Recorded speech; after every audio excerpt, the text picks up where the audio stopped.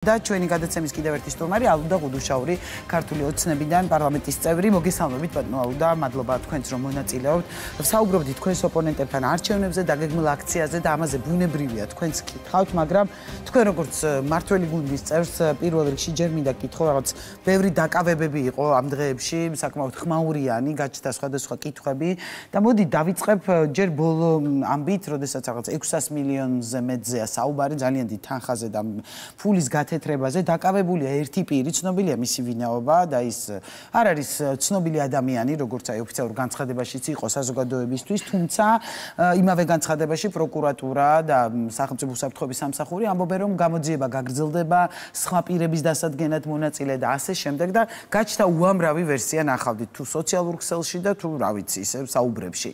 შესაძლოა თუ არა, კვალი მივიდეს ვინმე ყოფილ მაღალჩინოსთან თანარჩეხი, იმიტომ რომ ყველა ამბობს რომ რაღაც მფარველობის გარეშე ამხელა თანხის მოძრაობა წარმოუდგენელი იქნებოდა. არსებობს თუ არა ასეთი ეჭვები თქვენთანაც ქართულ ოცნებაში ან რაიმე ახალი დეტალი ხომ არ იცით გამოძიებიდან შესაძლოა თუ არა მივიდეს კვალი საზოგადოებისთვის ცნობილ რომელიმე ადამიანთან. პირველ რიგში მოგესალმებით, მივესალმებით. საღამომშვიდობის. თქვენს მაყურებელს დავიწყოთ იმით რომ ზოგადად მართლმსაჯულებისთვის არ არსებობს ცნობილი და არაცნობილი ადამიანები ასეთი ცნება სამართლის მეცნიერებაში. ბუნებრივია, მე მაყურებლისთვის ვამბობდი, თუ რა თქმა უნდა. მესმის, თუმცა დრო არის რომ ჩვენი საზოგადოება და ჩვენ ყველანი მივიჩიოთ იმას რომ მართლმსაჯულება და მართლმსაჯულების ზოგადად მიდგომა არ იცნობს ნაკლებად ცნობად, არაცნობად, ან თანამდებობის პირს, ან გნებავთ ასეთი დაყოფა სამართლის წიაღში ბუნებრივია არ არსებობს.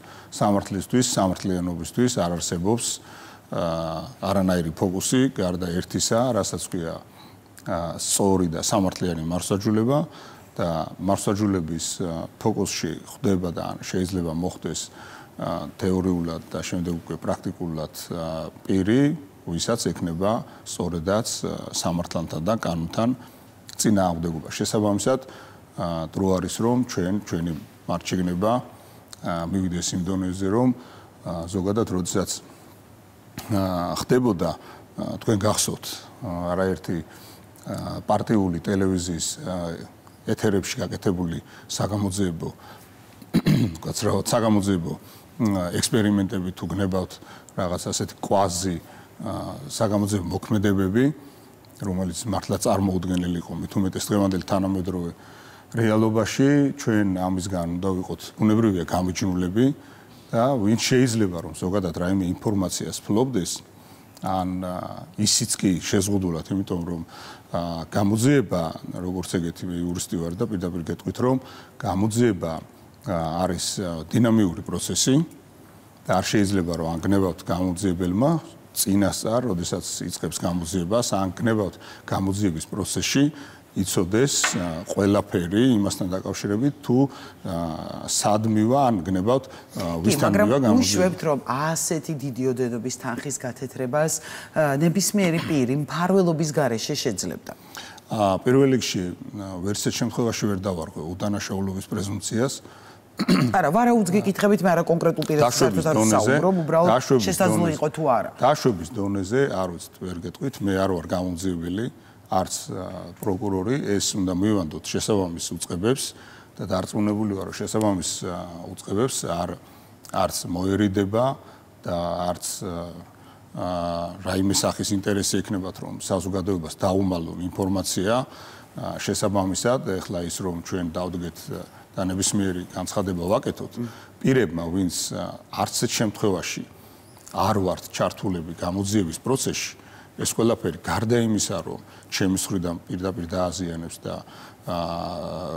ჭორაობა იქნება არც მეტი, არც ნაკლები, ეს არ იქნება ვარაუდები და დაშვების დონეზე საუბარი, გამოძიება გვეტყვის ყველაფერს იმასთან დაკავშირებით თუ რასთან ქონდა საქმე. გასაგებია. კიდევ ერთი ხმაურიანი საქმე. თუ არა რაიმე შეხება ან ვინმეს, ეს იყო პირთა ჯგუფი, ორგანიზებული ჯგუფი, ჩვენი საზოგადოებისთვის პროგასაგები რომ იყოს ორგანიზებული ჯგუფის ცნება სამართლის განხრით არის სულ სხვა, პირთა ჯგუფი არის კიდევ უფრო სხვა ცნება, ამიტომ გამოძიებას ვაცადოთ შესაბამისად.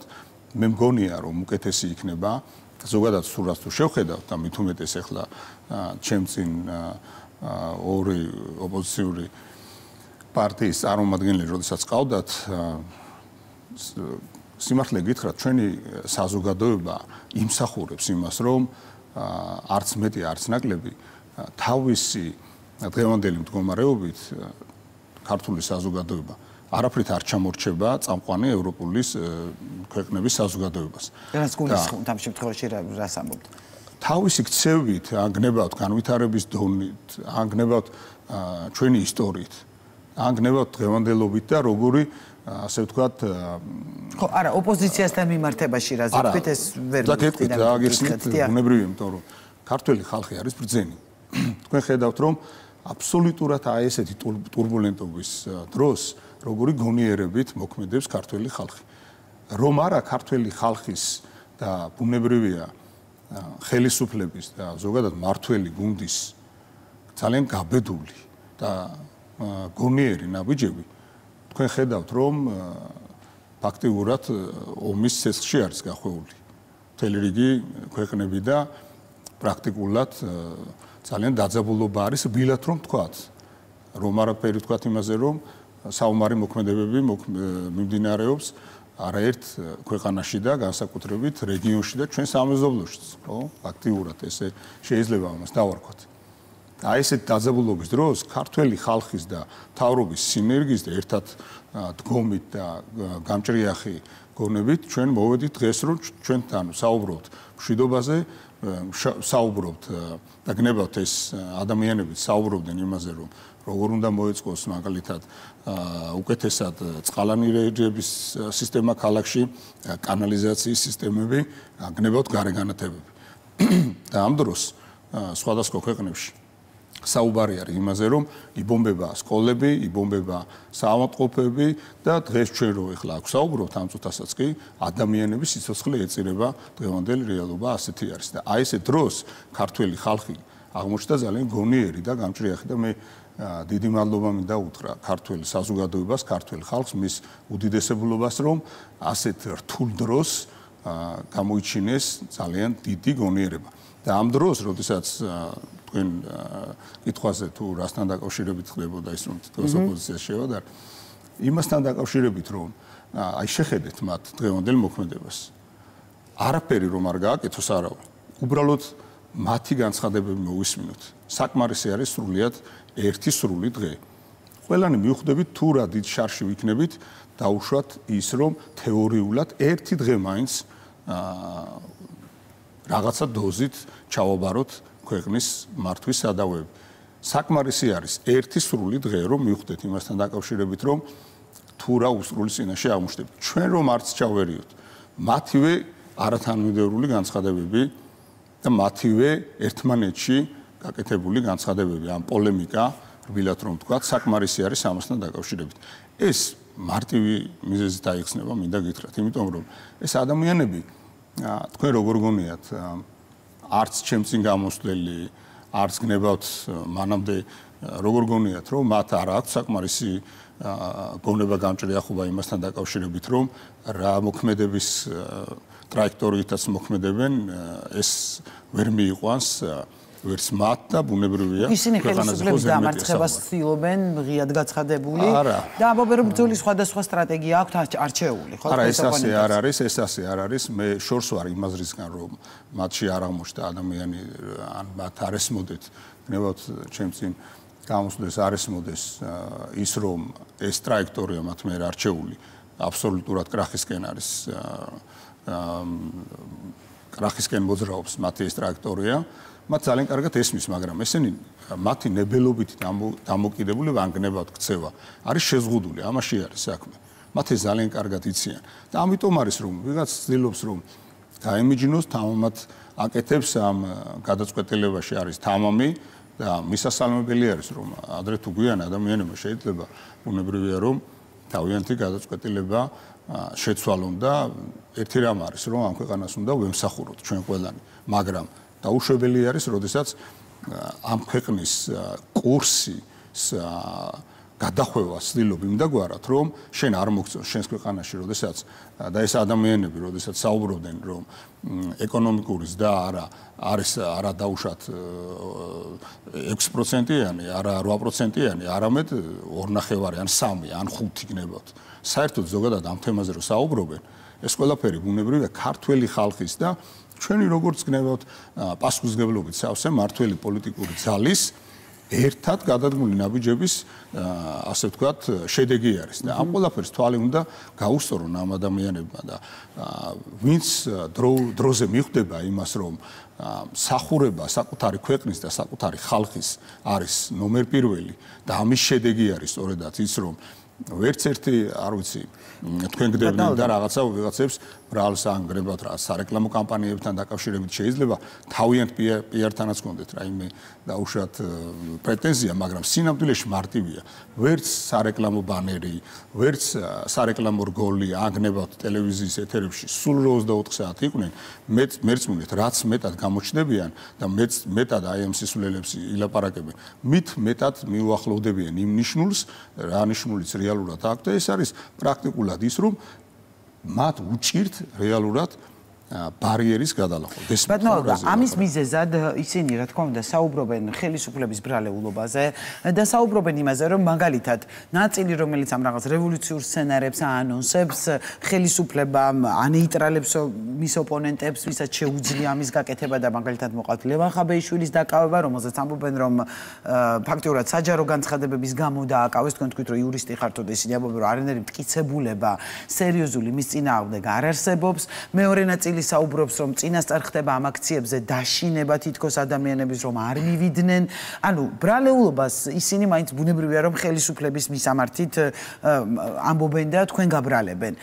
რეალურად რა პასუხი გაქვთ იმაზე რომ დღეს როცა არჩევნებია წინ ძალიან ბევრი პოლიტიკური ლიდერი მართლა იმყოფება საპატიმროში.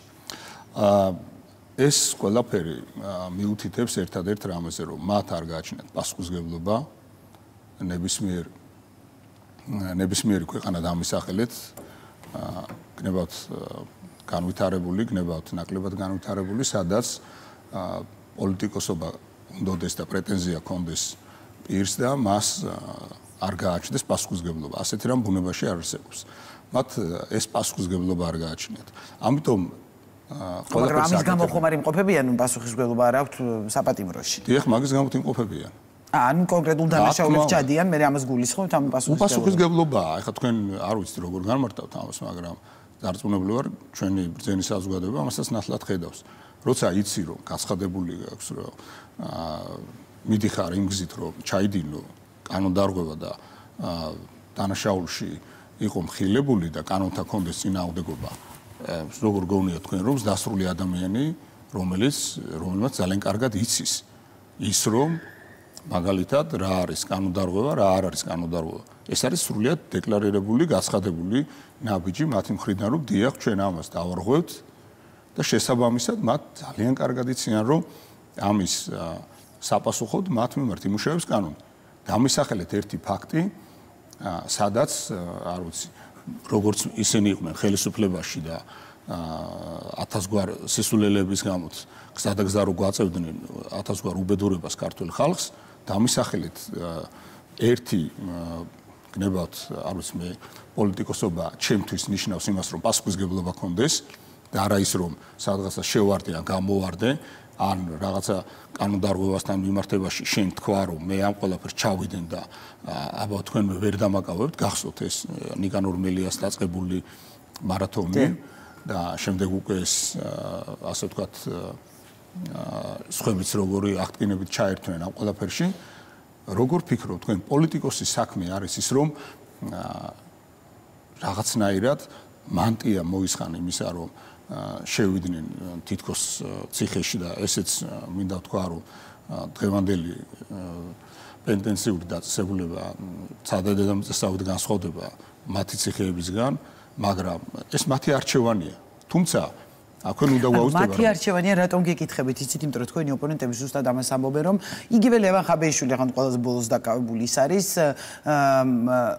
მხოლოდ მოწოდებებით შემოიფარგლებოდა, თუ განცხადებებით და ის საუბრობდა რაღაც დაგეგმილ აქციაზე. ანუ თქვენ რომ გაგვიმარტოთ რა მუხლით არის ის დაკავებული, რას ედავება მას რეალურად გამოძიება. მხოლოდ განცხადებებს, იმიტომ რომ სწორედ ამას გედავებათ თქვენი ოპონენტები, რომ ამის გამო არ ხდება დაკავება.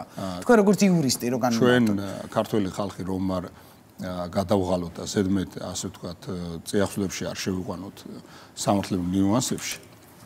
მე მგონი დარწმუნებული ვარ ქართველმა ხალხმა, ჩვენმა საზოგადოებმა არ აქვს მნიშვნელობა, ვისი მომხრეც არ უნდა იყოს, სრულად ნათელია ქუჩაში რომ ადამიანი გააჩეროთ, მარტივად გიპასუხებთ რომ ლევან ხაბეიშვილის მოძრაობის ტრაექტორია, მისი მოძრაობის ასე ვთქვათ მოქმედება და მოძრაობის ტონალობა მიუთითებდა ერთადერთ რამეზე რომ აეწია ხელოვნურად ხაზი მინდა გაუსვა.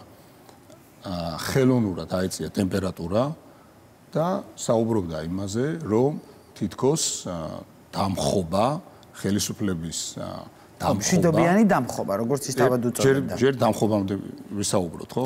დამხობა და შემდეგ უკვე ეს ჩავსვათ იმ ასე ვთქვათ ფრაზეოლოგიაში, რასაც ის იყენებდა, ხო? მშვიდობიანს დაუმატებთ ასე შემდეგ, არ ვიცი. მშვიდობიანი სიკვდილი როგორ შეიძლება ეხა მაგალითად რომ განიმარტებოდეს, ხო? დამხობა, არ ვიცი, სად წაიკითხეს, რატომღაც ჩვენი საზოგადოების გასაგონად მინდა ვთქვა, რომ არსად არც ერთ სამართლებრივ დოკუმენტში და მით უფრო კონსტიტუციაში არსად არ წერია, რომ ვინმეს აქვს დამხობის უფლება. ანუ მშვიდობიანი იქნება თუ არა მშვიდობიანი, ანუ დამხობა თავისთავად არის თავისთავად დანაშაული ამას გულისხმობთ, ანუ ბრალის წაყენების საფუძველი. მშვიდობიანი ადამიანის მოკვდინება, ადამიანის მოკლა მაგალითად. მშვიდობიანად. ეხლა ეს თქვენ განვიმარტეთ, აგნებავთ, ნუ ხაბეიშვილს რომ თავი დავანებოთ, ეხლა ვიცით მისი ინტელექტუალური შესაძლებლობები. ნებისმიერმა მათმა მეხოთბემ გამოვიდეს და განმარტოს, როგორ შეიძლება იყოს თავსებადი. თუ ჩვენ დამხობას მშვიდობიანს დავამატებთ, ეს კომპონენტი მას ან ვინმეს აძლევს უფლებას იმისა, რომ ღიად გაკეთებული განცხადებების და მოწოდებების და ხაზი მინდა გაუსვა. აქ არის საუბარი ხელოვნურ მუხტისაწევაზე. და ერთი რამ, როდესაც საუბრობ და არაერთხელ ამ ეთერშიც თქვით და ვახსენეთ და გავიმეორეთ, რომ ქართველი ხალხი არის გონიერი და ბრძენი. დიახ. როგორ გონია თქვენ? აი მარტივი ტესტი არის. აი ეს ადამიანები რომ დაეწყობიან და გამოდიან ტელეეთერებით. ბოლოს და ბოლოს დაიღალა ეს ხალხი იმით, რომ და იმსახურებს იმას, რომ თუნდაც პასუხისმგებლიანი ოპოზიცია ყავდეს. საერთოდ არავის არ ახარებს, მინდა გითხრათ, რომ აი ესეთ უბერდურ დღეში მყოფი საკუთარი ნების არ მქონე ეგრეთ წოდებულ ოპოზიციას უყურებდეს ჩვენი ქვეყანა და მოსახლეობა. და ხომ არიან პარტიები, რომლებიც აი მონაწილეობენ არჩევნებში. ანუ მათაც აი პრემიერმაც თქვა, რომ ეს პარტიები კონსტიტუციურ რეჟიმზე რო გადავიდნენ, ამ პოტენციალს ვერ ვხედავ. ანუ მონაწილეობენ ისინი არჩევნებში, ამ რევოლუციური სცენარიდან ცდილობენ დისტანცირებას. რატომ მათ მაინც და ემიჯნებიან, როგორც თავად ამბობენ, წინასწარვე 4 ოქტომბრის აქციას. არა, ნახეთ, აქ ხო ის არა. ანუ ისინი მაინც რატომ არ არიან კონსტრუქციული? ერთი რამ არის ცხადი. პოლიტიკური პარტია გაერთიანება მოძრაობა არ აქვს ამას მნიშვნელობა. ვინც არჩევნებში არ მონაწილეობას განაცხადებს დეკლარირებულად და არ აქვს მნიშვნელობა რა გზას აირჩევს. ნუ ის რომ დამხობა და ასე შემდეგ ეს ცალკე უბედურებაა და ცალსახად თვითონ ამ პოლიტიკური მოძრაობის თუ პარტიის უბედურ დღეში ყოფნაზე მიუთითებს და ვინც მონაწილეობს მაგრამ ის რომ პოლიტიკური ძალა რომელიც ცალსახად პოლიტიკური ძალა იქნება და ამ პარტია ანგნებავთ მოძრაობა იქნება იმისთვის რომ მისი მთავარი სამიზნე არის არჩევნები სხვა მისი ინტერესი ბუნებრივია რომ არ შეიძლება ბუნებაში არსებობდეს. ნუ გასაგები არჩევნები მთავარი პოლიტიკური პროცესის ნაწილია. ამიტომ აქ ნახეთ როგორი ანომალიასთან გვაქვს საქმე. პოლიტიკური ძალა, რომელიც ერთხელ იყო ხელისუფლებაში და იყო რეჟიმი და ათასგვარ უბედურებას წევდა საკუთარ მოსახლეობას და საკუთარ ქვეყანას და ამისთვის იხილეთ საგამოძიებო კომისიის ძალიან საინტერესო დასკვნა, ყველას ვეტყოდი. აი ეხლა დღეს ეს პოლიტიკური ძალა იძახის, რომ ქვეყანაში ჩვენ არჩევნებში კი არ უნდა მივიღოთ მონაწილეობა. ამის შედეგად რამე გავაპროტესტოთ. არა, ჩვენი მთავარი სამიზნე არის აქ არეულობა, დამხობა ასე შემდეგ. ახლა ვინც მონაწილეობს, ბუნებრივია აქ როლები არის გაყოფილი. როდესაც საუბრობთ, რომ მათი ნებელობითი ქცევა არის შეზღუდული, ანუ ესენი თავის თავში არ არიან დამოუკიდებლები. ამიტომ ვახსენეთ და საუბრობთ, რომ გონიათ თქვენ, რომ ამ ადამიანების აბსოლუტურმა დიდმა ნაწილმა არ ესმის, ან არ იცის, რომ გზა, კურსი, ტრაექტორია, რაც მათ აირჩიეს, ეს არის აბსოლუტურად კრახისკენ მიმავალი გზა. და ნახეთ, ძალიან მარტივი არის. წეგან დავიწყე და მინდა რომ აუცილებლად ამას ხაზი გავუსვათ. ჯგუფი პოლიტიკური ძალა, რომელიც არის ამ ქვეყნისთვის დამხობის და უბედურების დეკლარირებულად გაცხადებული და მომტანი პოლიტიკური ძალა 4-ში ანონსებს ამას. აი რატომ აირჩიეს ეს 4 რიცხვი? თვითონ არ მონაწილეობენ არჩევნებში, არანაირი კავშირი მათი თქმით არ აქვთ. ნუ მათი განცხადებები არის, რომ ისინი არ უწოდებენ ამას არჩევნებს, არჩევნები ტარდება. ხო, დამხობის მშვიდობიანი, მშვიდობიანი ბუნებრივი არ არსებობს დამხობა, მაგრამ მათი ეს აპოკალიფსი 4 რიცხვთან რატომ არის დაკავშირებული? რატომ? აქ ნახავთ სწორედაც, რომ ბუნებრივია, რომ ესენი ერთი თლიანი ორგანიზმი არიან სინამდვილეში. აი სწორედაც აქ არის, რომ რაღაც ჯგუფი არის გაყოფილი, რომელიც იძახის, რომ ჩვენ დავალება ასეთი არის, რომ უნდა მიიღონ მონაწილეობა, რომ შექმნან შემდეგ, იმიტომ რომ თქვენ თონაც ახსენეთ, რომ მაგალითად ლელოს წარმომადგენლები ჯერ ხომ არ იციან, იქნებ იგებენ. ხო, არაერთ ეთერში მათი წარმომადგენლები პირდაპირ მათ წარმომადგენლებს მერს უძახიან, საკრებულოს თავმჯდომარეს ასე შემდეგ. დაუშვათ და თეორიულად როგორც ჯერათ, დარწმუნებულია რომ არ ჯერათ, მაგრამ დაუშვათ ექნებ იგებენ. და არიან მართლაც. სად მიდიან? აბა რა 4-ში განხორციელებულ აქციაზე და აპოკალიფსში იღებენ მონაწილეობას, რომ 22 საათზე თუ არ ვცდები, ბატონ ბურჯულაძეს აქვს გაცხადებული, რომ 22 საათზე უკვე ისინი იქნებიან ხელისუფლებაში, ხო? თუ არ ვიცი. ხო, ნუ 2 საათი ალბათ მე გადაგაგვიადა 2 საათი. ამიტომ ნახეთ როგორი მოცემულობა არის. სინამდვილეში ამ ადამიანებს და ამ ჯგუფს რო კონდეთ მართლაც გაცხადებულად თავიანთი დამოუკიდებელი პოლიტიკური ხედვა, ან გნებავთ გზა, ბუნებრივია რომ ჩვენ შეიძლება კონდეს სხვადასხვა აზრი და სხვადასხვა შეხედულება, მაგრამ ეს ქვეყანა ყველასი არის და ბუნებრივია რომ ამ სარბიელზე ვიღაცას მეტი წარმატება ექნებოდა, ვიღაცას ნაკლები, მაგრამ როდესაც ერთი მთლიანი აი ამ შეთქმულების თუ გნებავთ კარგად ორგანიზებული დაწერილი ტექსტის ნაწილი ხარ, ცალსახა არის რომ ასეთ შემთხვევაში ვერც წარმატება გექნება და ვერც საქართველოს მოსახლეობის ხარდაჭერა ეს მარტივი. კარგით, ანუ ამდენი დაპირების ფონზე ზოგი მოკლედ რევოლუციას გვპირდება, ზოგი არჩევნებში გამარჯვებას თუ მონაწილეობას, თქვენ როგორც ხელისუფლების წარმომადგენელს ჩვენი დრო ამოიწურა, უბრალოდ რა შეგიძლიათ გითხრათ, როგორი იქნება 4 ოქტომბერი? 4 ოქტომბერი იქნება. თქვენი მოლოდინი რა არის და როგორ 4 ოქტომბერი იქნება ისეთივე როგორც 3-2 ანგნებავთ თუნდაც დღევანდელი დღე, არაფრით არ იქნება განსხვავებული. უბრალოდ ერთი რამე არის. მშვიდობიან გარემოში ჩაივლის ასე შეგიძლიათ ხელისუფლებაში ყოფნა გულისხმობს ბუნებრივია მომეტებული პასუხისმგებლობას. თუმცა ურავის დაავიწყდება რომ ასევე ამ მარათონში პირდაპირ ირიბად გვერდიდან ასე შემდეგ მონაწილეობა ასევე გულისხმობს პასუხისმგებლობას. ბუნებრივია ეს ხალხი ცდილობენ პასუხისმგებლობისგან გარიდებას და მათი მთელი ეს პრობლემა არის სწორედაც უპასუხისმგებლობა, მაგრამ ამას ვერ გაიქცევიან ვერც ერთ შემთხვევაში და ბუნებრივია პასუხისმგებლობას, როდესაც ვამბობთ, ჩვენ ეს პასუხისმგებლობა დაგოკისრა ქართველმა ხალხმა და კანონმდებლობა. ამიტომ ეს არ უნდა შეგვეშალოს, რომ თქვენ რო ახსენეთ, რომ პოლიტიკოსები არიან ციხეში. თუ ადამიანი ადგება და ეხლა მაგალითად დაარღვევს კანონს, ამას ჩვენთან არ ექნება პრობლემა, კანონთან ექნება. აქედან გამომდინარე, კარგად უნდა ჩამოყალიბდნენ, გააცნობიერონ, რომ ჩვენ ვართ შემდგარი სახელმწიფო, ამ სახელმწიფოს აქვს კანონები, ისეთი კანონები, რომელიც ზოგიერთ წამყვან ევროპულ ქვეყანაში ასეთი ჰუმანური კანონები არც არსებობს და მეტიც თქვენ ნახეთ, რომ მაგალითად ბოლოდროინდელი ინგლისის ყველა შევახსენებ გაერთიანებული სამეფოს შინაგან საქმეთა მინისტრის განცხადებას, რომ ბუნებრივია ყველას აქვს გამოხატვის თავისუფლება, მაგრამ არავის არ აქვს უფლება, რომ სხვის უფლებაში შეიჭრას და ქვეყანა ცეცხლის ალში გახვიოს.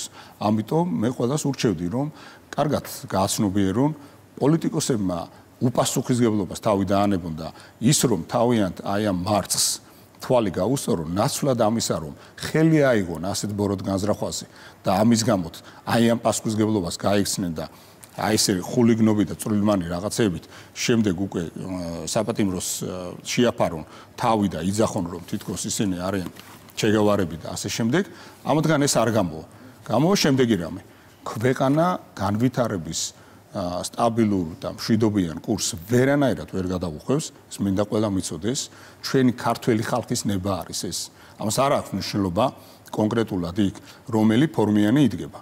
ეს არის ქართველი ხალხის და ქართული სახელმწიფოს დეკლარირებულად გაცხადებული ნება, რომ ეს ქვეყანა უნდა განვითარდეს მშვიდობიანად და ჩვენ ყველას ვეუბნებით, რომ მოდით ერთად ჩავდგეთ ქვეყნის და ქართველი ხალხის სამსახურში, ფერხულში და ვიღაცებმა ხელი აიღონ ამ ბოროტ განზრახვაზე და ერთად წავიყვანოთ ეს ქვეყანა წინ.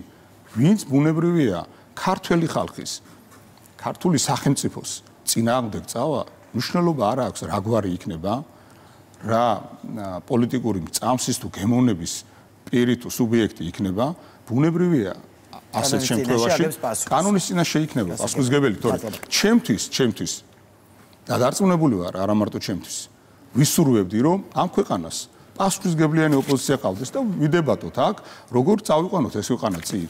და არა იმაზე, რომ სადღაცაც როგორ შევარდეს, ბუნებრივია. ასეთ ამას ნამდვილად იმსახურებს ქართველი ხალხი და სწორედ ამას მივაღწევთ მშვიდობით, სტაბილურად და ქვეყნის და ხალხის სიყვარულით. დიდი მადლობა, ბატონო ალდო, რომ პასუხობდით ჩვენს კითხვებს. ღამის კურიერის სტუმარი იყო ალდო ღუდუშაური, მე გემშვიდობებით.